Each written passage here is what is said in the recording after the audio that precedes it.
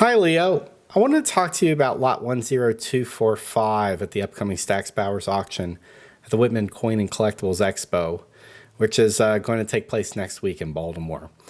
The lot's one that I'm sure you're familiar with. It's the 1946 unopened United States Mint set, the word mint set in quotes. It's actually a sealed sack registered to a John Ray Paul that was mailed to him directly from the Treasury Department.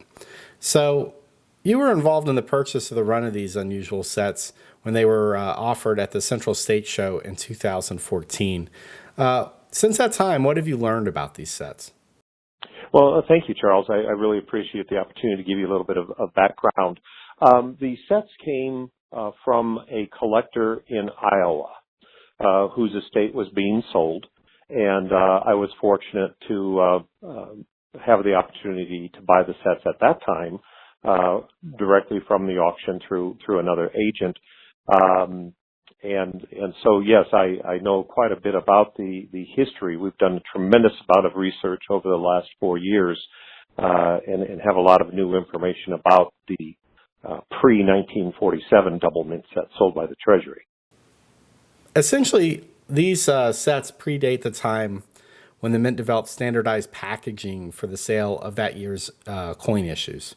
And if collectors aren't already aware, at the time, collectors and dealers would communicate directly to the Treasury to acquire, usually at face value plus postage, that year's issues or maybe some issues from the prior years if they were still available. And as the coin hobby grew and grew in popularity, the demand on the part of collectors and dealers became just a real pain for the Mint. So ultimately, they came up with a method to market coins in prepackaged sets. So the sets could be easily and quickly assembled, and they would be shipped to collectors. And these sets would have give the collectors the ability to look at the obverse and the reverse of each coin from each mint in sort of an organized fashion. These sets that you were involved with were certainly not prepackaged, and I don't know how you would put these things together in anything approaching an industrial scale.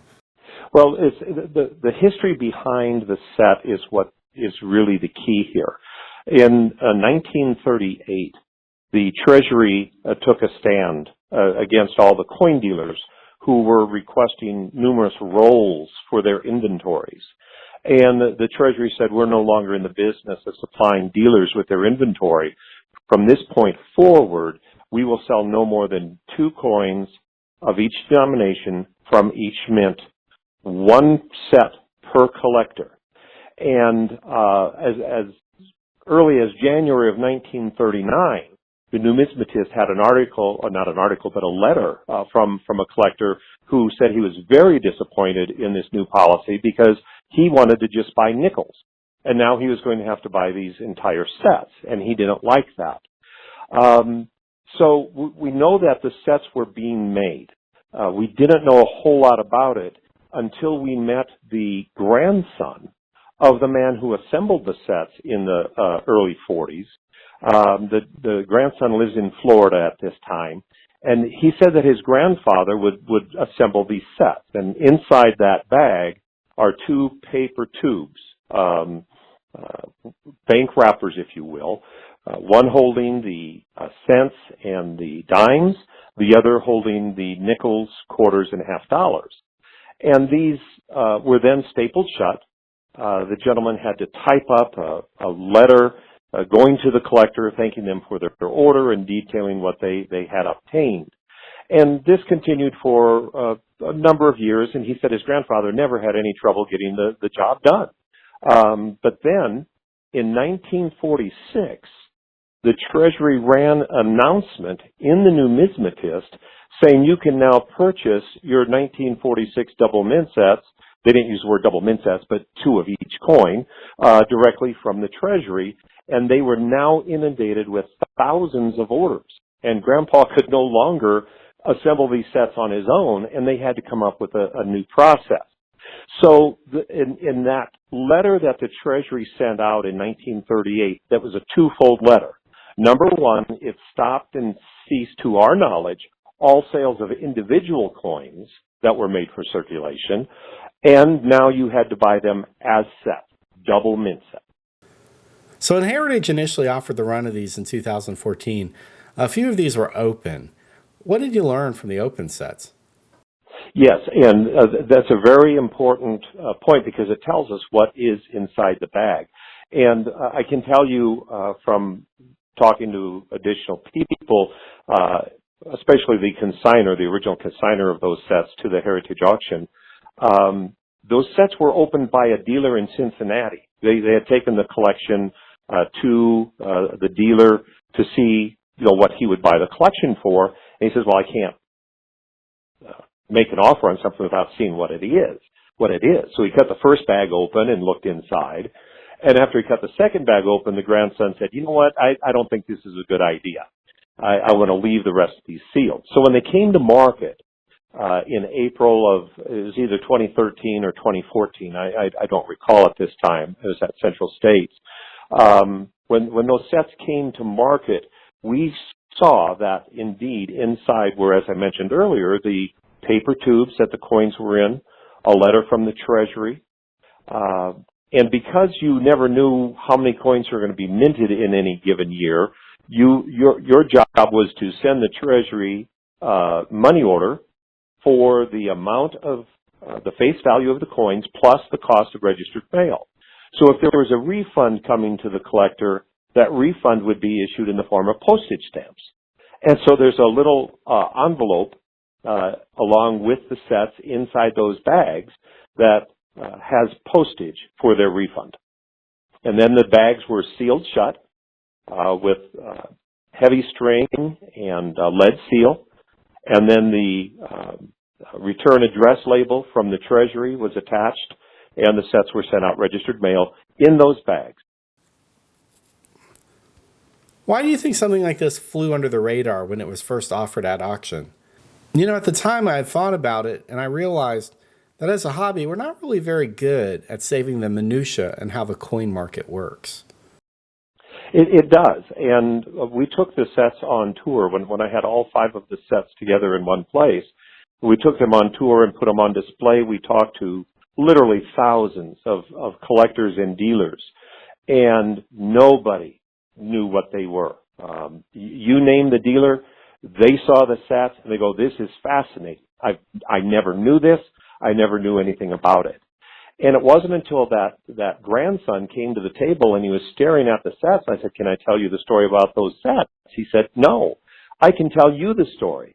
And the fact that he knew to the finest detail of what was in those bags and how they were assembled, there was no question in my mind that his grandfather was indeed the one who put the sets together. And what's fascinating is the question you're asking is, why did they disappear? Well, keep in mind, in those days, Charles, people were ordering coins from the Treasury for their collection. And sometimes a collector would go in with another collector so that their sets would come. And this even happened after the double mint sets from 47 to 58. You see many sets today where the boards are cut in half. One collector took one set and one took the other. But if you were a collector in 1941 or 1946 and your bag arrived from the Treasury, the very first thing you're going to do is cut it open, take the coins out of those wrappers, maybe use the postage stamps that were included in the package, and put the coins in your collection. They did not survive. And the only reason these sets survived is this family, the Paul family from Waterloo, Iowa. This gentleman bought 5 sets every year. One for his wife, one for his daughter, one for his other daughter, her husband, who was a dentist there in town, and one for himself. And so these 5 sets would come. Most of them were opened, but one set was always put in the safe deposit box. Had that not happened, this history would be lost. Now, I have seen one other 1946 set in my career. And if I remember correctly, it was at the Seattle ANA in 1990. A gentleman came up to the table with a bag, said it was a 1946 double mint set, and wanted to sell it. And he wanted $1,000 for it, I think you said. Yeah, something like that.